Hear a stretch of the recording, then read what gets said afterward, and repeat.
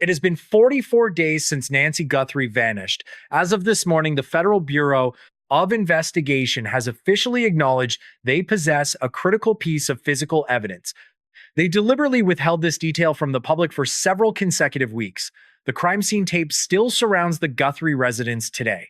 The local police department has effectively handed full control of the perimeter to federal authorities. The center of this investigation no longer focuses on standard residential burglary profiles. The physical evidence in question is a microscopic black microfiber. Forensic analysis confirms this specific material does not originate from standard clothing or commercial face coverings. It belongs to a specialized tactical gas mask designed for professional use. This material isolates the DNA and prevents the shedding of biological trace evidence. The profile of the suspect instantly shifts from a random opportunistic intruder to a highly organized professional. This revelation forces investigators to completely reevaluate the target and the primary motive. We must ask why an intruder would require military-grade protective equipment to enter the home of a local business owner. The Federal Bureau of Investigation maintained absolute silence regarding this tactical microfiber to protect the operational integrity. This strategic silence indicates the authorities understood the immense value of this specific physical evidence immediately. Law enforcement agencies typically withhold unique crime scene identifiers to verify the credibility of future intelligence. The specific composition of the polymer found at the residence restricts its availability to specialized sectors. This material is engineered to withstand extreme chemical environments and prevent the degradation of internal filtration systems. The procurement of such specialized hardware requires access to restricted supply chains or dedicated surplus networks. The perpetrator deliberately selected this equipment to guarantee complete physical anonymity during the infiltration process. We must evaluate the psychological profile of an individual who approaches a residential target with military precision. The suspect did not rely on darkness alone to conceal their physical identity from potential surveillance systems.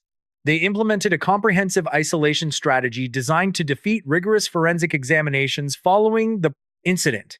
This level of preparation elevates the threat matrix beyond a standard home invasion or a localized dispute. We are observing the behavioral residue of a highly disciplined operator executing a predetermined objective. The deployment of a tactical gas mask inside a suburban home presents a profound logical contradiction. The protective measures exceed the anticipated resistance from a single individual residing in a secure neighborhood. This discrepancy forces analysts to consider the possibility that the intruder anticipated an engagement with law enforcement. They prepared for the potential deployment of chemical riot control agents during a hypothetical standoff situation. The tactical mask also functions to conceal the respiratory patterns and physical exhalations of the wearer. This specific capability becomes crucial when analyzing the acoustic evidence collected later during the intrusion timeline. My name is Liam, and I analyze complex forensic files to uncover the logical progression of ongoing investigations. You should subscribe to this channel and enable notifications so we can track every factual update in this active manhunt together. We will examine the exact sequence of events that led to the discovery of this tactical microfiber. The sequence begins with a timeline that defies standard criminal behavior completely. The perimeter of the Guthrie residence featured a high-level security system designed to deter conventional threats. The exterior security infrastructure utilized multiple layers of redundant sensors to monitor the physical boundary. The timeline of the intrusion begins precisely at 1:15 a.m. when the exterior alarm network failed. This system shutdown occurred without triggering the audible failsafe siren or notifying the private security firm. The deliberate neutralization of the alarm network required specific technical knowledge of the hardware architecture. The suspect bypassed the magnetic door contacts and the acoustic glass break sensors simultaneously. 7 minutes later, at 1:22 a.m., a neighbor's surveillance camera recorded a figure dressed entirely in black. The camera captured this masked individual scaling the side fence and entering the blind spot of the property. The visual data confirms the suspect moved with deliberate purpose and avoided all motion-activated floodlights. The individual exhibited a precise understanding of the camera field of view and the associated blind zones. They maintained a low physical profile while navigating the exterior perimeter to avoid activating the security illumination. A significant temporal gap exists between the initial perimeter breach and the next recorded event. The suspect remained inside the structure with the victim for 83 minutes before the emergency transmission. At 2:45 a.m., the emergency dispatch center received a call originating from the landline inside the Guthrie residence. The audio recording of this emergency call contains no vocalizations or sounds of a physical struggle. The dispatcher only heard heavy and rhythmic breathing before the connection was abruptly severed by the caller. The absence of ambient noise or verbal distress signals during this call presents a significant analytical challenge. Local law enforcement officers arrived at the physical location at 3:10 a.m. to conduct a welfare check. They discovered the heavy wooden back door standing wide open without any visible signs of forced entry. Nancy Guthrie was entirely absent from the premises, and the interior showed no immediate indicators of violence. The physical state of the residence contradicted standard indicators of a violent residential abduction. The open rear door provided a clear egress route, but the surrounding area yielded no immediate physical trace. The meticulous condition of the interior space suggested the extraction occurred without a chaotic physical struggle. The responding patrol units quickly identified the sophisticated nature of the security system bypass. They recognized the profound operational security demonstrated by the perpetrator during the infiltration phase. The local department realized they lacked the technical resources to process a scene manipulated by an advanced operative. This realization prompted the immediate deployment of the evidence response team from the Federal Bureau of Investigation. The federal agents secured the perimeter and began a microscopic analysis of the primary entry points. Their systematic approach led directly to the shattered glass of a secondary rear window. This specific window frame held the single piece of physical evidence that changes the trajectory of the entire case.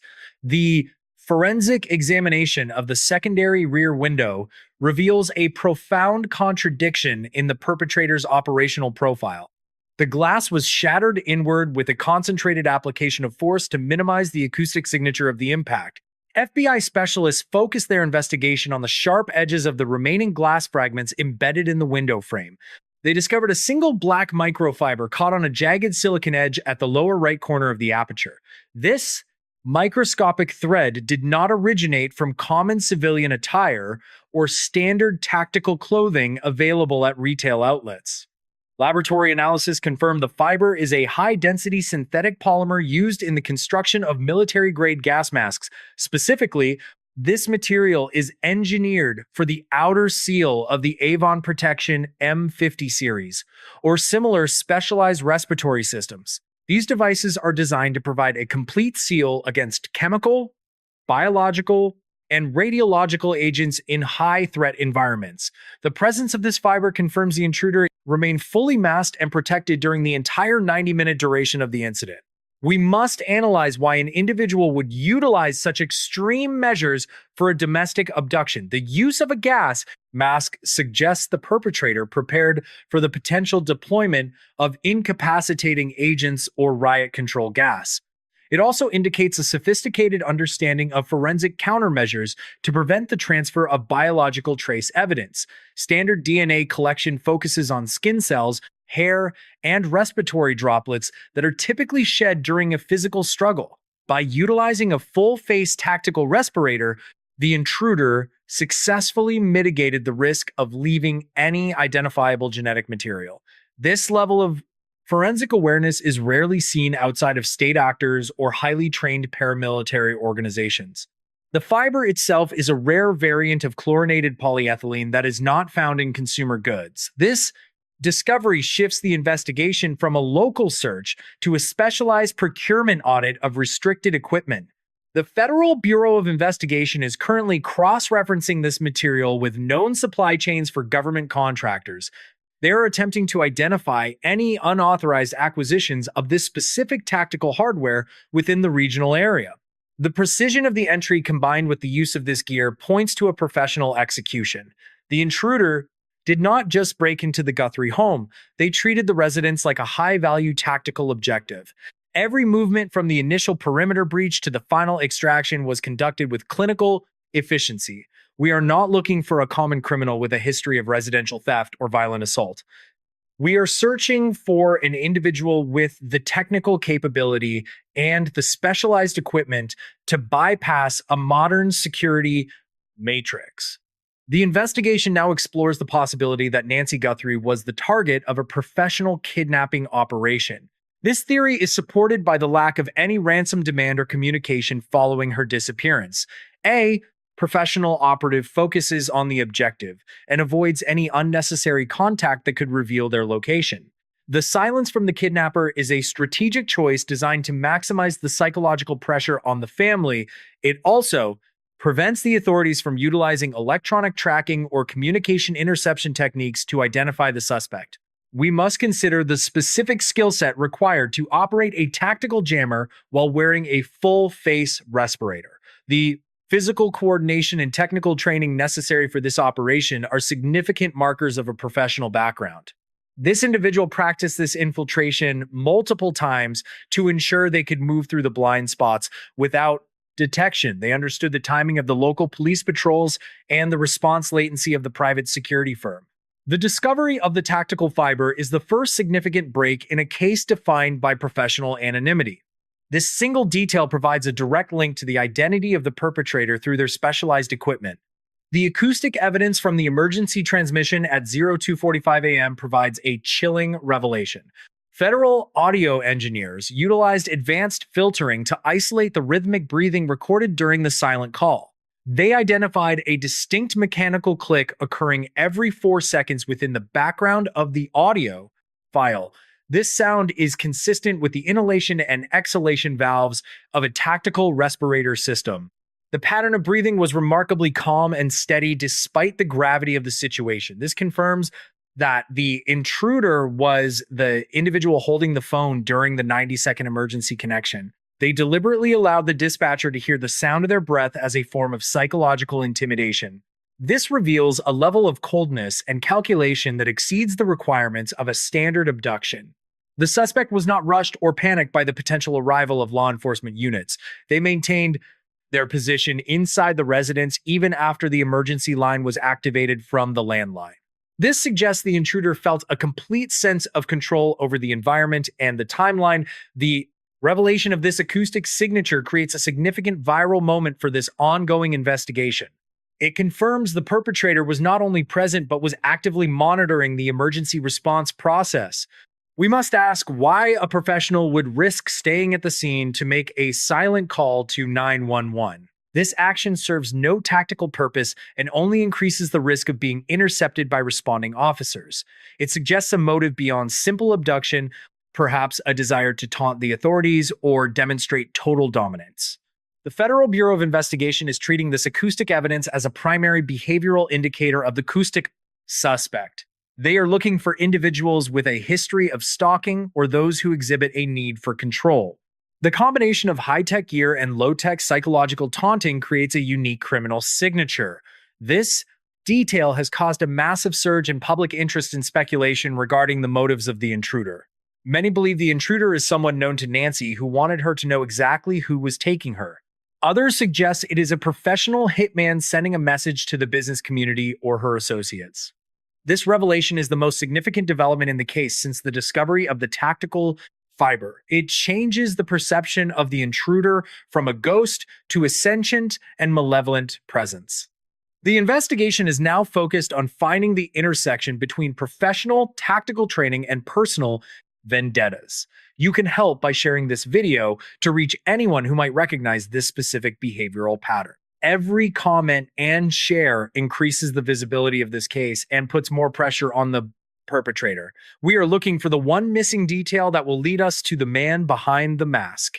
The FBI investigation moved from the perimeter of the residence to the specific electronic footprint left behind during the breach. Federal agents discovered the presence of a military-grade signal jammer used to saturate the local wireless frequencies. This device prevented the home security system from transmitting an emergency alert to the central monitoring station at 01:15 a.m. The suspect did not merely cut the wires. They utilized a sophisticated electronic blanket to isolate the entire property. This specific type of interference is regulated by the Federal Communications Commission and is typically restricted to government or defense applications.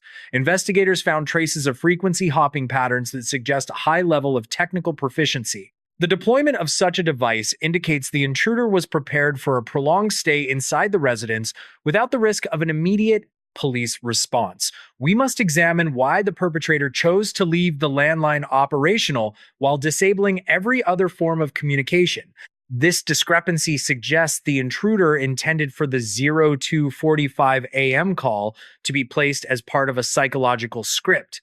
The choice of a physical landline ensures a stable connection that cannot be easily disrupted by the electronic interference from the jammer.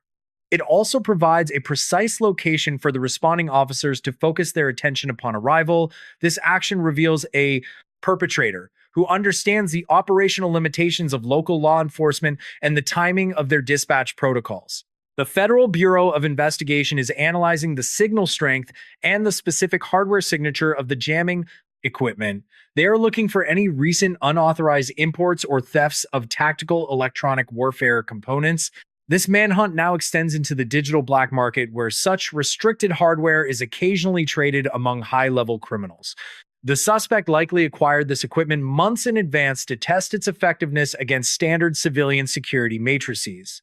This level of preparation demonstrates a long-term commitment to the objective of abducting Nancy Guthrie. The investigation is also focusing on the possibility that the intruder had prior access to the internal layout of the home. They navigated the hallways in total darkness while avoiding every motion sensor and secondary camera. This suggests the suspect may have posed as a service technician or a security consultant in the months leading up to the incident. The complications in this case deepen when we analyze the physical contradictions found at the primary entry point. The back door was found wide open by responding officers, yet there were no visible signs of a forced breach on the lock mechanism. This suggests the intruder either possessed a duplicate key or utilized an advanced electronic lockpick to bypass the deadbolt. However, the secondary window was shattered inward, which is a loud and high-risk method of entry. This creates a significant logical conflict. Why would a professional bypass a lock silently and then break a window? FBI analysts are exploring the theory that the broken window was a tactical diversion designed to draw the victim toward the back of the house. By creating a loud noise at one location, the intruder could move silently through the front or side entrance while the victim was distracted. This tactic is consistent with professional extraction techniques used to minimize the risk of a direct physical confrontation. The presence of the size 11 industrial chemical boot prints adds another layer of complexity to the profile. These boots are designed for use in hazardous waste environments and provide superior traction on slick surfaces. The choice of footwear indicates the suspect anticipated a need for stability and protection during the extraction process. However, the local news report regarding these boot prints remains a single source detail that the FBI has not yet confirmed publicly. There is a possibility that this information was leaked to the media to pressure a specific group of suspects within the industrial sector. The conflict between the clinical execution and the deliberate leaves of physical evidence suggests a complex motive. We are observing a perpetrator who is highly skilled, but also appears to be leaving a trail for the authorities to follow. This could be a sign of overconfidence or a sophisticated attempt to frame another individual for the disappearance. The Federal Bureau of Investigation is currently vetting several persons of interest who possess the required technical background. None of these individuals have been officially charged, and the status of Nancy Guthrie remains unknown as the search enters its second month. The tension between the available facts and the missing resolution continues to haunt the local community and the federal task force. We are approaching a critical window where the evidence must lead to a physical location before the trail goes cold. You should subscribe to stay informed as we prepare to reveal the most compelling theory regarding the current location of the masked intruder. The most significant revelation in the investigation comes from a detail previously ignored by local authorities, but highlighted by federal forensic. The microscopic black microfiber found on the window frame was not merely a passive transfer of material during the entry. Analysis of the fiber's orientation and the tension of the synthetic weave suggests the intruder was leaning with significant weight against the glass. This indicates the suspect was not just entering the home, but was actively observing Nancy Guthrie from that specific vantage point for a prolonged period. This changes the entire understanding of the case from a rapid abduction to a calculated predatory stakeout. The perpetrator was comfortable enough in their tactical invisibility to remain stationary while the victim moved within her own sanctuary. This level of psychological dominance is a hallmark of an offender who has dehumanized their target long before the physical breach. The federal profile now leans toward an individual with high-level surveillance experience who finds gratification in the observation phase of the crime. This discovery has triggered a massive response from the true crime community, as it suggests the intruder may have been present in the neighborhood for days. Investigators are now scouring every available doorbell camera and dash cam feed from the preceding 72 hours. They are looking for any vehicle or individual that appeared to be loitering near the Guthrie property. The viral nature of this specific detail has prompted several neighbors to come forward with reports of a dark SUV parked 3 blocks away. This vehicle reportedly lacked a front license plate and remained stationary for several hours during the late night period. The Federal Bureau of Investigation is currently attempting to enhance the low-resolution footage to identify the make and model. This development represents the highest point of tension in the search for Nancy Guthrie because it places the predator in the light of day. It suggests the masked intruder is not a ghost, but a physical entity that can be tracked through traditional investigative means. As the search enters its second month, the investigation remains in a state of high intensity but without a definitive resolution. Nancy Guthrie is still officially classified as a missing person, and the primary suspect remains unidentified. The federal task force has moved base of operations to a secure location to process the massive influx of digital data. They are currently managing over 500 individual tips from the public regarding the tactical equipment and the mysterious SUV. The status of the case is ongoing, and the authorities are maintaining a cold and analytical approach to every new lead. There are at least 2 central questions that continue to stall the progression of the legal file. First, why was there no struggle identified inside the master bedroom if Nancy was taken against her will by a masked stranger? Second, what is the significance of the 83-minute gap between the alarm bypass and the emergency call? These unanswered questions suggest that the narrative we see on the surface may only be a fraction of the truth. The FBI is refusing to speculate on the motive until they can establish a direct link between the tactical gear and a specific individual. The local community remains in a state of vigilant unease as they realize a professional operator could be among them. Every new update from the forensic lab is being scrutinized for any sign of a breakthrough. You have followed this case from the initial report to this deep dive into the federal evidence.